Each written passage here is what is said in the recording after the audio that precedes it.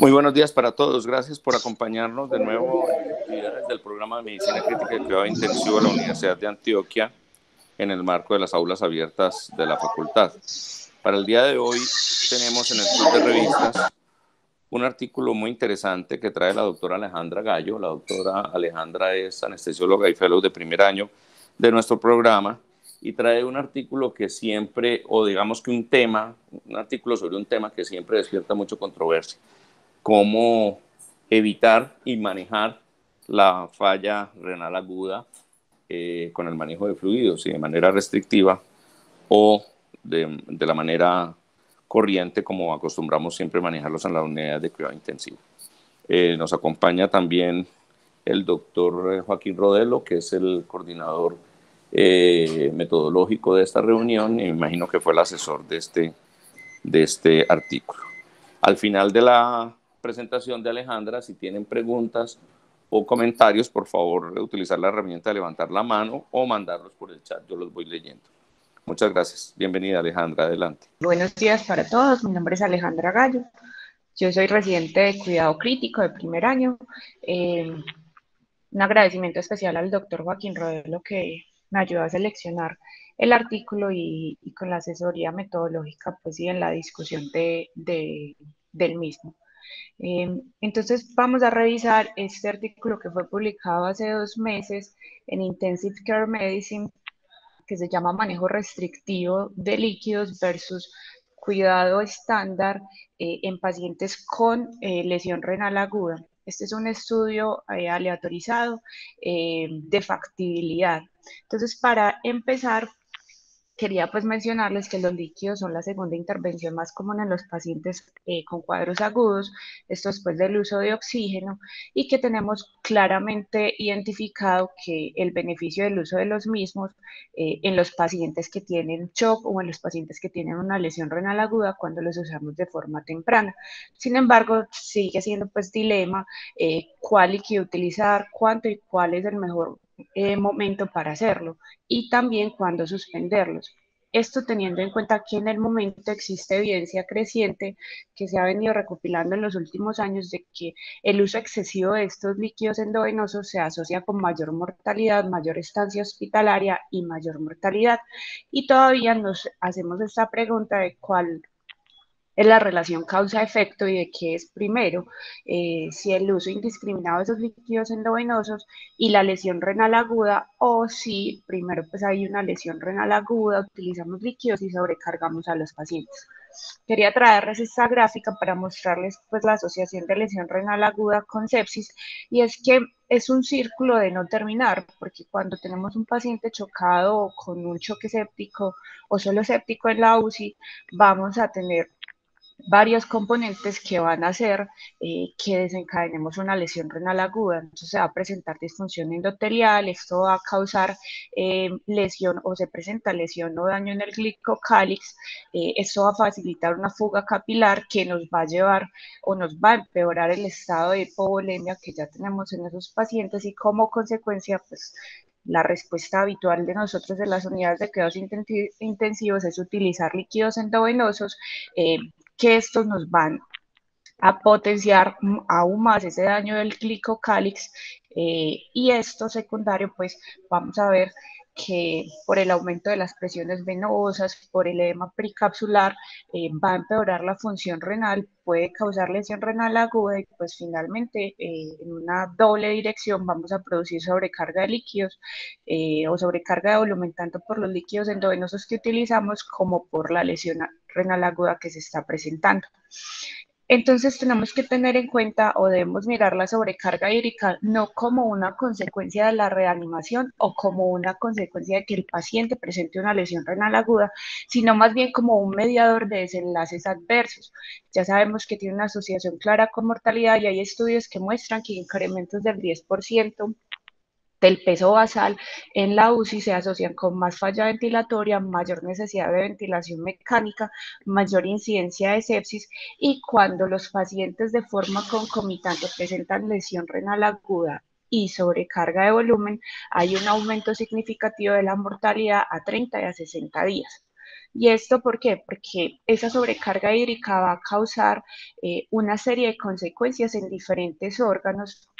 En el sistema nervioso central va a causar edema cerebral, puede también causar edema miocárdico que genera trastornos de la conducción, de la contractilidad y disfunción diastólica. Obviamente que esto es como con lo que más familiarizados estamos, es el edema pulmonar, con las consecuencias secundarias en el intercambio gaseoso y en las dificultades en la ventilación, y pues para lo que nos interesa, el edema intersticial renal, que va a estar asociado a una disminución del flujo renal, del flujo sanguíneo renal, incrementos en las presiones intersticiales y por ende una reducción en la tasa de filtración. Pues si nos ponemos a mirar órgano por órgano, vamos a encontrar muchas complicaciones secundarias a esta sobrecarga de volumen.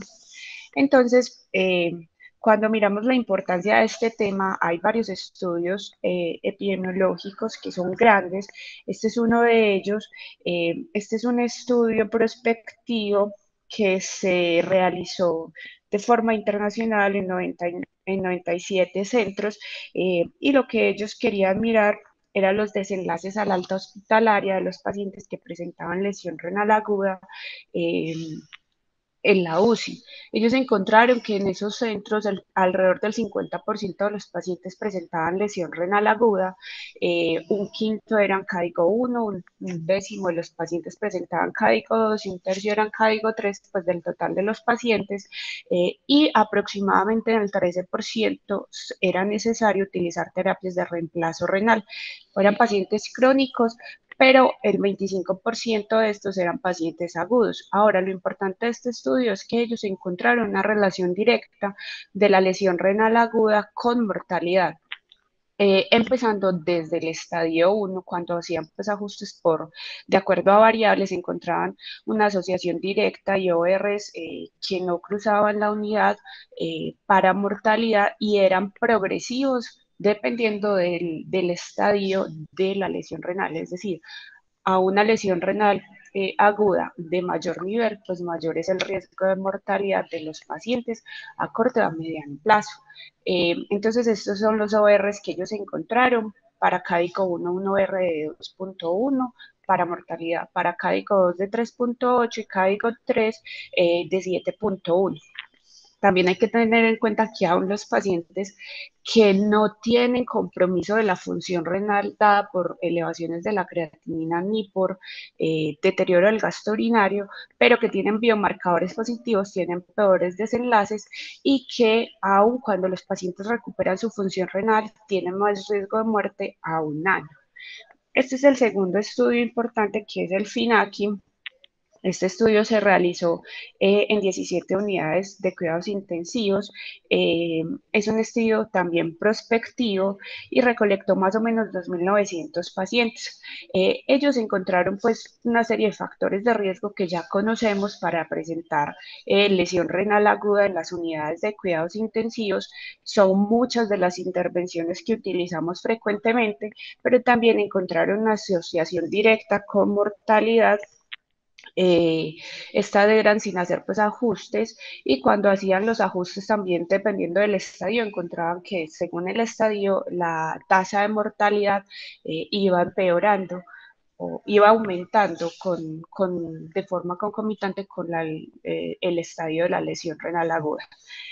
Este segundo estudio fue un estudio que quería, pues también fue un estudio prospectivo donde se evaluaba la recuperación de la función renal y desenlaces a largo plazo. El seguimiento fue a más de 4 años, y cuando los pacientes no presentaban lesión renal aguda, comparados con los que sí lo presentaban, independiente de que no resolvieran o no, estos pacientes se morían más, tenían mayor incidencia de enfermedad renal crónica y de progresión hacia enfermedad renal crónica, y también mayor incidencia de necesidad de diálisis y de eventos renales mayores.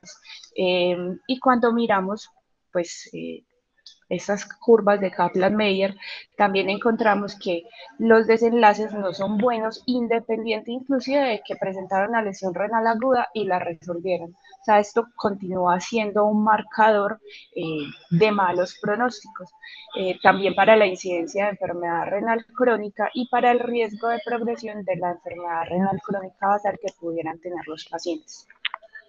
Este otro estudio es un estudio que quería evaluar ya mortalidad y la asociación de mortalidad con balance positivo en pacientes ancianos mayores de 65 años que ya presentaban lesión renal aguda. Ellos compararon pacientes que al ingreso a la unidad, pues, o después de un tiempo de seguimiento de la unidad, tuvieran sobrecarga de volumen versus que no tuvieran sobrecarga de volumen.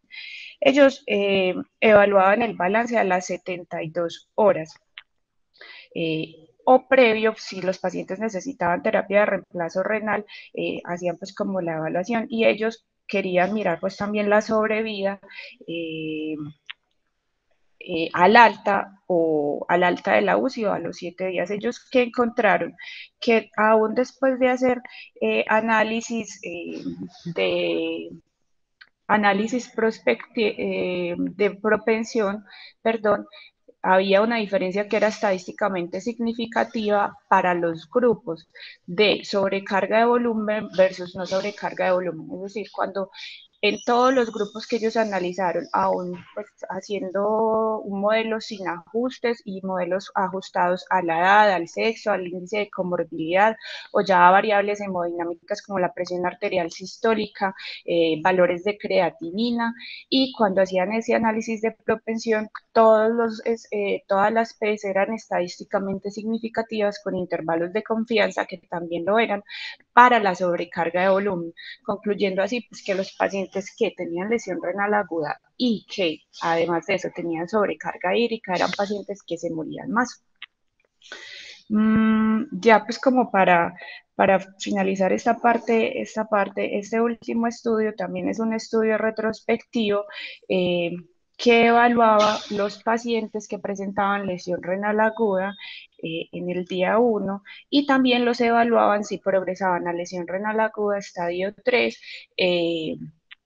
o 72 horas después, y ellos pues los estratificaban según la ganancia hídrica, menos de 1000 mililitros por día y más de 1000 mililitros por día. Que encontraron ellos que los pacientes que progresaban a estadio 3 eran pues eran más el porcentaje aquellos que tenían unas ganancias de volumen superiores a 1000 mililitros por día. Y ese mismo grupo también se asociaba con mayor mortalidad y eran pues el grupo de pacientes que al tercer día, o sea, cuando eso no es al ingreso, sino cuando se evaluaban al tercer día, tenían índices de SOFA peores, niveles de lactato que estaban peores, las presiones arteriales, pues aunque hay una diferencia que es estadísticamente significativa, clínicamente no lo es porque son presiones arteriales que están dentro del rango de normalidad 74 y 71. Entonces esto es como para hacer esta introducción a la importancia del tema y sobre todo teniendo en cuenta pues, que este es el manejo habitual que nosotros le damos a los pacientes en las unidades de cuidados intensivos. Entonces, la pregunta de investigación de este artículo era, con la estrategia PICO, eran un grupo de pacientes mayores de 18 años que estaban en UCI por más de 12 horas y menos de 72, que además tenían lesión renal aguda, que tenían una línea arterial y que adicional a eso ya se les había hecho pues la reanimación y que no se consideraba por parte del clínico que estuvieran hipovolémicos. La intervención fue hacer una restricción del aporte a menos de 300 mililitros por día comparado con el tratamiento médico estándar. Y lo que ellos querían mirar son como desenlace primario, el balance acumulado a las 72 horas posterior a la aleatorización. Adicionalmente hicieron pues ajustes o lo ajustaron por variables, las variables fueron definidas los estadios de la lesión renal aguda y que tuvieran al momento de la aleatorización signos o no de sobrecarga de volumen, y además hicieron tenían unos desenlaces secundarios que enseguida los voy a mencionar con mayor detalle, y unos desenlaces exploratorios. Ellos calcularon que debía ser a las 72 horas este balance acumulado de acuerdo a los hallazgos que se encontraron en los estudios FINACI y AKIEPI, y hicieron seguimiento al día 3, al día 7, a los 14 y a los 90 días. Entonces, este era un estudio multicéntrico, se realizó en 5 unidades de cuidados intensivos de Europa y 2 de Australia. Fue un ensayo abierto, aleatorizado, controlado, se aprobó por todos los comités de ética de las instituciones. Los pacientes debían dar su consentimiento informado y adicionalmente pues estaba de acuerdo a la declaración de Helsinki. La aleatorización se hizo mediante una plataforma electrónica. Ellos crearon bloques permutados que eran de tamaño variable, podía ser de 2 a 4, para asignar a los pacientes al cuidado habitual versus la estrategia restrictiva de volumen. Solamente estaba cegado la persona que hacía el análisis estadístico, pero por el tipo de estrategia no era posible cegar ni los pacientes, ni al personal pues asistencial, ni a los investigadores. Se clasificaron los pacientes de acuerdo pues a las guías CADIGO para la lesión renal aguda, y ellos consideraban signos de balance hídrico positivo a aquellos pacientes que tuvieran edema con fobia o que tuvieran un balance positivo con una PAFI que fuera inferior a 200. Como les mencioné, no estaba cegado para investigadores, para el personal o para los pacientes, pero sí para el estadista que iba a hacer el análisis de los datos. El grupo de pacientes eran con estas características, debían tener lesión renal aguda, pero no podían estar en terapia de reemplazo renal, que se hubiera descartado hipovolemia y que se esperara que permanecieran en la unidad de cuidados intensivos por más de 48 horas. Definieron aquí de acuerdo a guías CADIGO y tuvieron en cuenta estos criterios de exclusión: los pacientes con sangrado activo que necesitaran transfusiones, los pacientes que de acuerdo a su condición necesitaran líquidos como parte de su tratamiento, o sea, los pacientes con cetoacidosis, y los quemados que por su condición necesitaran terapia de reemplazo renal porque tuvieran tóxicos dializables, que tuvieran o que se esperara que iniciaran la terapia de reemplazo renal en las siguientes 6 horas, enfermedad renal crónica, y ya otras condiciones como una lesión renal aguda que fuera intraparenquimatosa postrenal, disnatremias severas, necesidad de otro tipo de terapias, pacientes gestantes, y aquellos en los que se esperaba que no se cumpliera el tratamiento completo, es decir, a los que ya se había definido hacerles tratamiento paliativo. También a quienes no dieran consentimiento y cuando no se tenía la creatinina de base. Entonces, estos son la tabla pues como de el cronograma pues de lo que ellos hicieron. Ellos tenían pues en el momento de admisión a UCI pacientes potenciales, cuando ya tenían 12 horas miraban si cumplían o no los criterios, y tenían pues con el consentimiento informado. Lo sometieron a las 2 estrategias que ya mencionamos y tenían en cuenta pues todas las características de base, la estratificación de acuerdo a la severidad de la lesión renal aguda, los ingresos, los egresos, el balance acumulado, unos desenlaces de seguridad o unos eventos de seguridad, el soporte, pues el soporte de terapia de reemplazo renal y la mortalidad.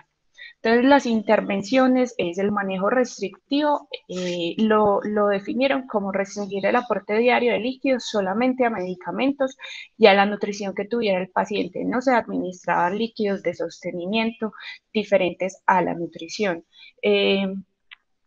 Adicionalmente, eh, ellos definieron que la única forma de habilitar el uso de líquidos de sostenimiento era si los pacientes no toleraban la nutrición enteral o si el clínico consideraba que debía utilizar algún bolo de líquidos. La idea también era utilizar diuréticos para lograr balances negativos inferiores a 300 mililitros, pues negativos o menores a 300 mililitros por día, y esto fue llamativo porque ellos hablaban de que si la meta anterior, es decir, lograr esta meta, no se podía, pues también se podía considerar el uso de terapia de reemplazo renal. Sin embargo, si esa terapia no era deseada, ellos aceptaban un balance que fuera menor a 900 mililitros durante 24 horas. Si se excedía eso, ya se consideraba una violación al protocolo. No se consideraron pérdidas insensibles, se evaluaron desde la intervención. Pues esta intervención se realizó desde la aleatorización hasta 7 días o al momento del alta luz a UCI, y los agresos fueron considerados como gastos urinarios, las pérdidas por drenes, las pérdidas intestinales y si el paciente estaba en terapia de reemplazo renal, el ultrafiltrado. El manejo estándar era a discreción del clínico, el tratamiento era según las guías y los protocolos, y el uso de diuréticos y el inicio de terapia de reemplazo renal en este grupo de pacientes también era a discreción del clínico. Entonces ellos inicialmente tenían 997 pacientes, pero por las condiciones y por los criterios de exclusión que ellos mismos establecieron, finalmente tuvieron 102 pacientes que se aleatorizaron a dos grupos. El grupo de manejo restrictivo tenía 50 pacientes y el otro tenía 52. En ambos grupos se excluyeron de a un paciente porque retiraron el consentimiento. Entonces, desenlace primario, nos mencionan que es el balance acumulado a 72 horas. Desenlaces secundarios son la duración de lesión renal en días, el número de pacientes que requería terapia de reemplazo renal al día 14, el balance acumulado a las 24 horas, el balance acumulado al alta o al día 7 y la dosis de diuréticos acumuladas. Tenían unos desenlaces exploratorios que eran días libres de ventilación mecánica al día 14, días libres de vasopresores al día 14, días libres de UCI al día 14 y días libres de terapia de reemplazo renal al día 90, dependencia de diálisis al día 90 y mortalidad al día 90. Y unos desenlaces de seguridad que ahorita pues les menciono un poco de esto, pero básicamente era, o el mayor interés era la presencia o no de eventos adversos serios que definieron como generales asociados al uso de medicamentos y a la terapia de reemplazo renal y a las complicaciones pues asociadas al uso o al posicionamiento del catéter de diálisis. La recolección de datos la hicieron utilizando una plataforma electrónica con todas las características pues, que ya hemos mencionado. Se recolectaron también las terapias y se hizo seguimiento hasta los 90 días. Respecto al análisis estadístico, ellos hicieron un análisis por intención de tratarse, analizaron los pacientes en el grupo al que fueron aleatorizados y también hicieron un análisis por sensibilidad después de excluir los pacientes que tenían violaciones al protocolo o que estaban en UCI por menos de 48 horas. Se hizo su posición de normalidad que se verificó con la prueba de Shapiro-Wilk y evaluaron la significancia estadística con valores de P que fueran menores a 0.05.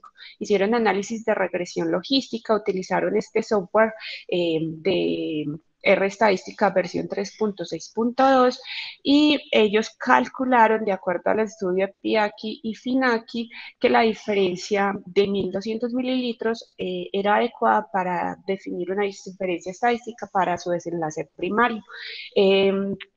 Adicionalmente, ellos, de acuerdo a la distribución, iban a definir los pacientes como desviaciones estándar o medianas, 50 pacientes por cada grupo, les iba a dar un alfa de 0.05 y un poder de 80, y todos los datos categóricos se compararon mediante la prueba de chi cuadrado o con la U de Matt-Whitney según la distribución normal o no normal. Entonces, ¿qué encontraron ellos?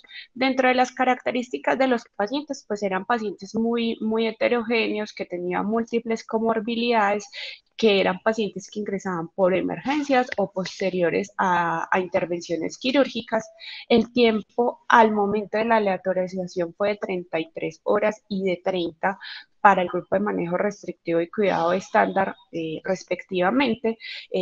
Los que cumplían pues como los criterios de inclusión, que fuera solo por creatinina, solamente por gasto urinario o por ambos, tenían esta distribución. Los scores de severidad al ingreso de UCI también eran similares en ambos grupos.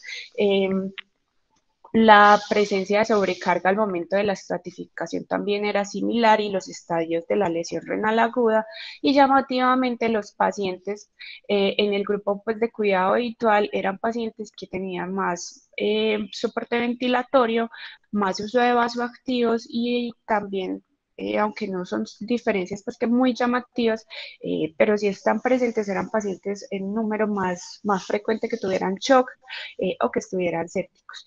Y al ingreso al estudio, los que tenían manejo restrictivo tenían un balance positivo que era mayor respecto al grupo de cuidado habitual.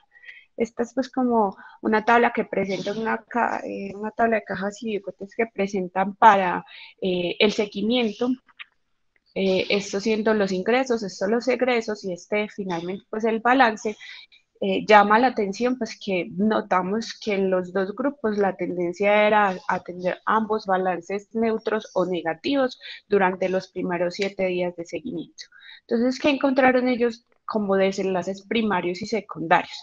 Respecto al balance acumulado, pues sí había una diferencia que era estadísticamente significativa en ambos grupos. En el grupo de manejo restrictivo eran balances más negativos, pero nuevamente y llamativamente los balances pues, de este otro grupo no eran tan altos como cuando revisamos los estudios que se habían hecho previamente. El número de pacientes que requería terapia de reemplazo renal también era mayor en los pacientes de cuidado estándar. El balance acumulado a las 24 horas era mayor en ese grupo, al alta también era mayor en el grupo de cuidado estándar, y las dosis de furosemida, que uno pensaría pues, que tal vez iban a ser mayores en el grupo de cuidado restrictivo, eh, no había pues diferencias que fueran estadísticamente significativas en ninguno de los dos grupos. Acá respecto a la tabla de los desenlaces exploratorios que ellos querían evaluar, no había diferencias que fueran estadísticamente significativas en el grupo de cuidado estándar versus al manejo restrictivo. Sin embargo, cuando uno ve los porcentajes y los valores de cada uno de los grupos, sí ve que hay una tendencia a que les iba mejor al paciente de manejo restrictivo, y aunque no hay una diferencia que sea estadísticamente significativa, cuando lo vemos en porcentaje, creo que esta sí es una diferencia clínicamente significativa, porque en el grupo de pacientes de manejo restrictivo, la mortalidad a 90 días era de 19%, mientras que en el grupo de manejo estándar era de 26%. Estos son los desenlaces de seguridad. Ellos no encontraron diferencias que fueran estadísticamente significativas en ninguno de los dos grupos. Sin embargo, sí había una tendencia a que el grupo de manejo de volumen restrictivo presentara con más frecuencia hipomagnesemia, sin otros eventos pues, que fueran estadísticamente significativos para ninguno, ni relacionados con la terapia de reemplazo renal, ni con el uso de diuréticos. Habían pues como otros desenlaces que fueran importantes. Entonces, cuando hacemos la evaluación de este estudio de acuerdo a las guías, vemos que los grupos de intervención y control comenzaron con el mismo pronóstico. Eran pacientes que se aleatorizaron, en efecto. La aleatorización no estaba ocultada, porque no, por el tipo de estrategia no se puede realizar. Los grupos de estudio eran similares con respecto a sus factores pronósticos y se mantuvo el equilibrio a medida que avanzaba el estudio. Respecto al cegamiento, pues ya sabemos que ni los pacientes ni los clínicos estaban cegados, pero quien hacía el análisis de los datos sí. Los grupos estaban equilibrados al finalizar, se completó el seguimiento, se analizaron los pacientes a los grupos que fueron asignados y se hizo el seguimiento por el tiempo que ellos tenían estipulados. Entonces, para discutir este artículo, pues primero quería traerles esto que son los estudios de factibilidad, que es el tipo de estudios. Estos estudios de factibilidad, digamos que todavía no tienen unas guías propias para hacerles el análisis pues, de la calidad metodológica, porque son estudios que se vienen haciendo desde hace ya bastantes años, pero son estudios que en términos generales se consideran preliminares y tienen el objetivo de determinar si un programa, un procedimiento o un protocolo es viable, y conocer adicionalmente datos que permitan estipular el tamaño de muestras para estudios definitivos.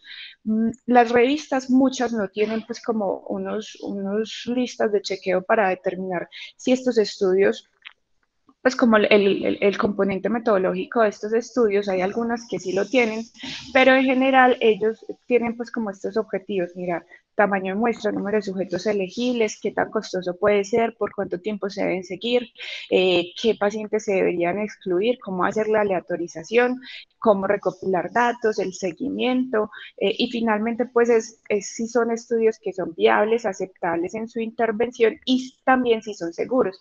Por eso en ellos hacían pues como esos análisis de seguridad entre uno y otro grupo.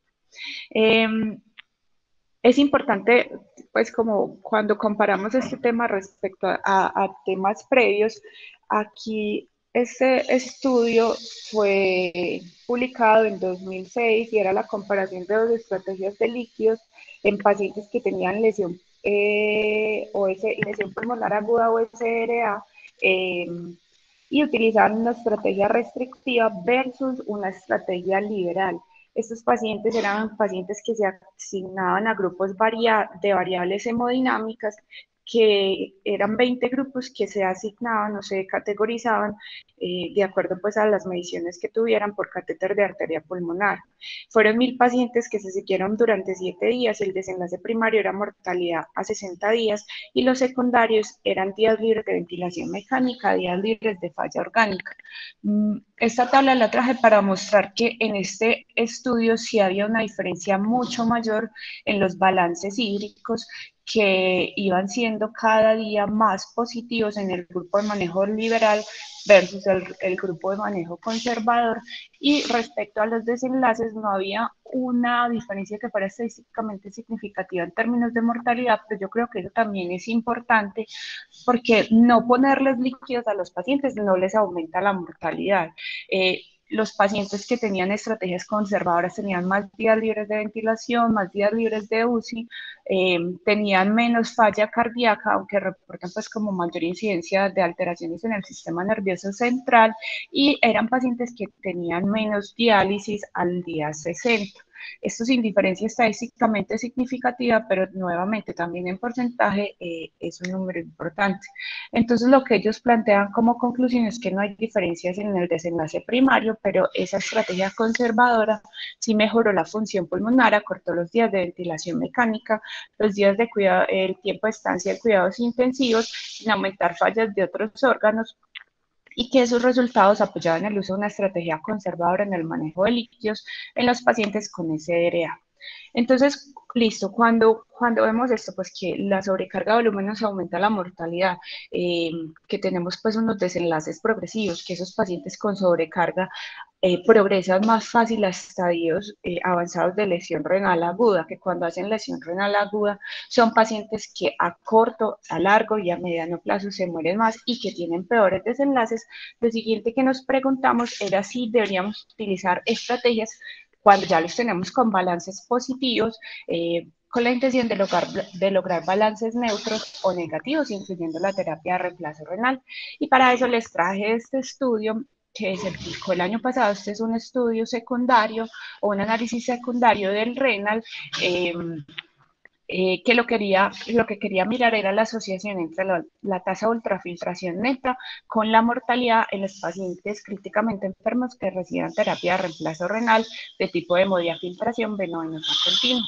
Entonces, la pregunta era si la tasa neta de ultrafiltración está asociada con la supervivencia entre los pacientes críticamente enfermos. Entonces, en términos de complicaciones, de acuerdo a la tasa, lo único que era, pues la única complicación que era por lo menos estadísticamente significativa era que los pacientes que tenían tasas mayores a 1.75 tenían más incidencia de hipofosfatemia. Sin embargo, cuando uno mira en detalle cada una de las otras variables, ve que por lo menos en términos de arritmias, es más frecuente que se presenten en el grupo de tasas de ultrafiltración mayores a 1.75. Pero lo importante de este estudio fue esto, y es que cuando hacían análisis ajustados y no ajustados, los pacientes que tenían unas tasas de ultrafiltración netas mayores a 1.75 mililitros por kilo por hora, y lo comparaban con menor de 1 y entre 1 y 1.75, para todos los casos había una diferencia que era estadísticamente significativa, y que esos intervalos de confianza después del día 7 se hacían confiables con ORs que eran positivos o que aumentaban el riesgo de mortalidad en los grupos de más de 1,75. ¿Qué concluyeron ellos? Que esos 1.434 pacientes que estaban tratados con hemodefiltración, la tasa de ultrafiltración neta mayor a 1,75 en comparación con una tasa inferior estaba asociada con menor supervivencia a 90 días. Concluyendo finalmente que en esos pacientes con lesión renal aguda tratados con hemodiafiltración, las tasas netas se asocian con aumento de la mortalidad. Conclusión, si ya están sobrecargados, probablemente quitarles ese balance positivo de una forma rápida y abrupta no nos va a mejorar los desenlaces, sino que por el contrario nos puede empeorar la mortalidad.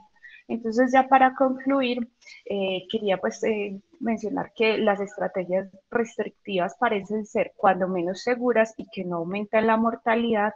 Los eventos adversos más frecuentes se presentan en el grupo de cuidado usual y en ese grupo de pacientes eso parece estar asociado a mayor necesidad de terapia de reemplazo renal.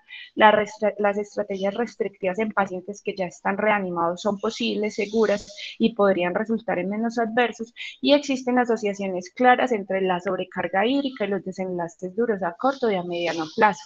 Las terapias de reemplazo, el uso de terapia de reemplazo renal a dosis que sean mayores de 1,75 mililitros por kilo por hora están asociados perdón, acá me equivoqué, con mayor mortalidad, y definitivamente necesitamos estudios más grandes que soporten la hipótesis de que los balances hídricos positivos están relacionados con peores desenlaces en los pacientes con lesión renal aguda y que aumentan la progresión y la necesidad de terapia de reemplazo renal, y estudios que soporten que la terapia restrictiva también es una terapia segura y que mejora los desenlaces y no aumenta la mortalidad. Muchas gracias.